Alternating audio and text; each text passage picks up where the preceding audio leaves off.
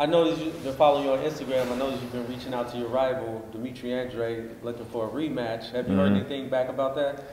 No, I didn't hear anything back about the actual fight. I mean, he got back on there. He commented some things. You know, I still commented back. You know, and I put up another post after that. Right after that, you know, what I mean, it's no need for me to duck or hold my tongue. It's no need for me to be humble about it, man. I think I can beat this guy. You know, and I love the chance to prove that again. I mean, I know he fights June 15th. It's either gonna be June 15th or June 22nd. I told his what is that? Not his promoter. I guess that's his advisor or publicist that I'm available for either of those days. So if they need a fill-in, I guess, you know, I'd be available. Why is that rematch so important to you? I mean, I feel like a lot of people look at me as a weak link, or this guy's tall, he really can't fight. I look on YouTube and I see people talk about how Alantez Foster's fight was born. I even heard somebody say, I never want to see Alantez Foster on HBO or on TV or box again, ever again. Where they put that? It was on YouTube. Some guys, a few guys said that. A few guys recognized that. Man, you know, it wasn't just Fox was not fighting. I remember one guy specifically saying Demetrius Andrade towards the end of the fight wasn't fighting at all either.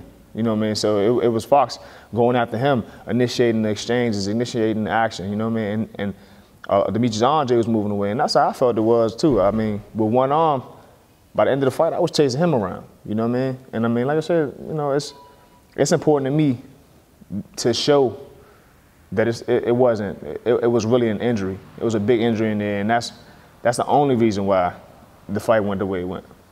That's how I feel about it. Have you watched his recent fight? I have. I watched him fight. I can't say his name. I don't remember how you say his name. I watched him fight a Russian dude that they called a stoppage earlier, but it wasn't really. I don't think that should have been stopped. But the African, the guy that was 17-0, I don't think he was any contest at all. You know, I thought Demetrius Andrade was going to stop him, but I mean, he made it through. He was sturdy enough to make it through, I guess. Does that show you something about his punching power at 60 that he wasn't able to stop him? But I mean, I'm not gonna based off our fight. I know that 160, his punching power isn't probably all it's cracked up to be. It's not there. Yeah, I can say it's probably. It may develop. He may get stronger, but I think when you get that age, you get stronger or faster. You don't really get both. You know what I mean? So if you get stronger, you can get slower. This punch still might be sharp. And let me say this too. I'm not taking anything away from Demetrius Andrade. I'm not saying that he's a bum by far. He's a three-time world champion. I just don't think he's better than me. You know, but I mean, as a fighter, that's what you're supposed to say. I feel like I'm better than everybody. I don't feel like I'm better than anybody in particular. I feel like I'm better than everybody. So there isn't a middleweight out there that I don't think I can beat. Anybody in the middleweight division they name, I would sign a contract happily. Is there something you saw in the first fight where you just said to yourself, man, I'm much better than this guy? Yeah, it was. I think when I got the drop in that fight, I think it was like 7th round or something like that. When I got that drop, what I realized is this guy's footwork is so all over the place that I didn't even have to hit him with a hard punch for him to just fall on his back. Like, as a world champion, you shouldn't be falling on your back like that. You know what I mean? I feel like if I had both arms, he would have been on his back to stay. Yeah, so I think in the middle of that fight where I did drop him, when I was credited with the drop, I feel like looking at him, you shouldn't be falling on your back. You shouldn't be slipping around. It wasn't just the canvas. His footwork is all over the place. His punches are wild. I just felt like I went in there, I guess, a little annoyed, a little nervous about who it was, but I mean, that's over and done with, man. Now, it's like, what's the worst? I mean, how much worse can I do? Now, were you surprised when he dropped, or was it a solid punch? Did you feel it? I felt the punch kind of sort of land, but I didn't feel like I didn't think he was going to drop. I was surprised he was on his back. When I looked up, I'm like, come on, like, what are you doing? Like, you know what I mean? But man, like I said, the punch didn't land solid, but I realized his footwork. We realized watching him prior to the fight that his footwork wasn't the greatest. I seen him be dropped before by Vance Martirosyan. You know what I mean? So it's not like it's not like it's new to him to be on the ground. You know, I just felt like, you know, he just has, I'm not saying terrible footwork, but his footwork right then and there, and right, even in the Vance Monterosa fight, it betrays him all the time. So footwork, any other things you saw that were deficient? He throws very wide punches. You know what I mean? He has a very sharp jab. He throws wide punches when he gets, I guess, excited. You know, and he can't really fight on the inside. I know that's probably funny coming from me because I'm 6'5", but he can't really fight on the inside. And I probably could fight on the inside with him better. I mean, if you look at our fight, I think might have been between round 6 and 8.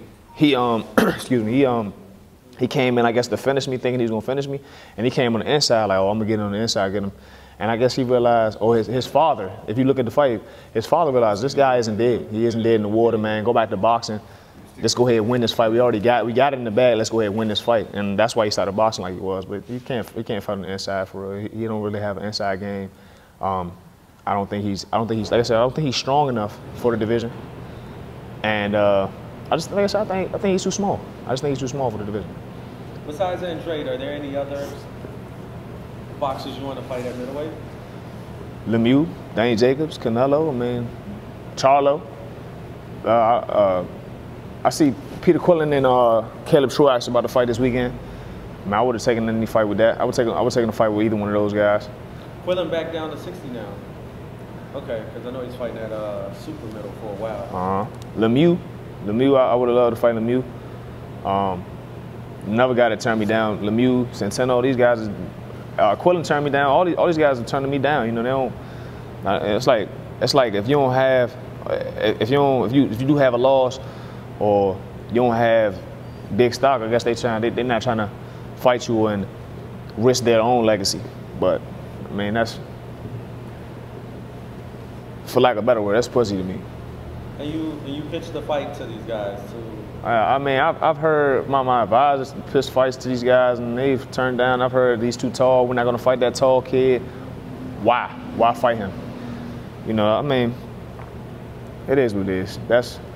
I don't see a reason not to fight me, but at the same time, I do see a reason not to fight me.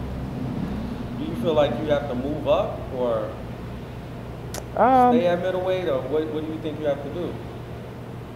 I mean, I know I can make middleweight, so I want to stay at middleweight, but I mean, a 168 fight isn't completely out of the picture. It isn't off the table at all. I mean, that's what has to happen in order for me to get an opponent. I guess that's what I do. I feel like my height translates a few divisions. You know what I mean? Almost up to heavyweight. I just can't get that big. You know what I mean? But I mean, at 6'5", you know, that's a height for many divisions. So we'll see what has to happen. But as of right now, I'm a middleweight. If they need me to fight super middleweight, I'll fight super middleweight too. What's the highest you would be willing to go? Right now, super middleweight. Super middleweight. Yeah.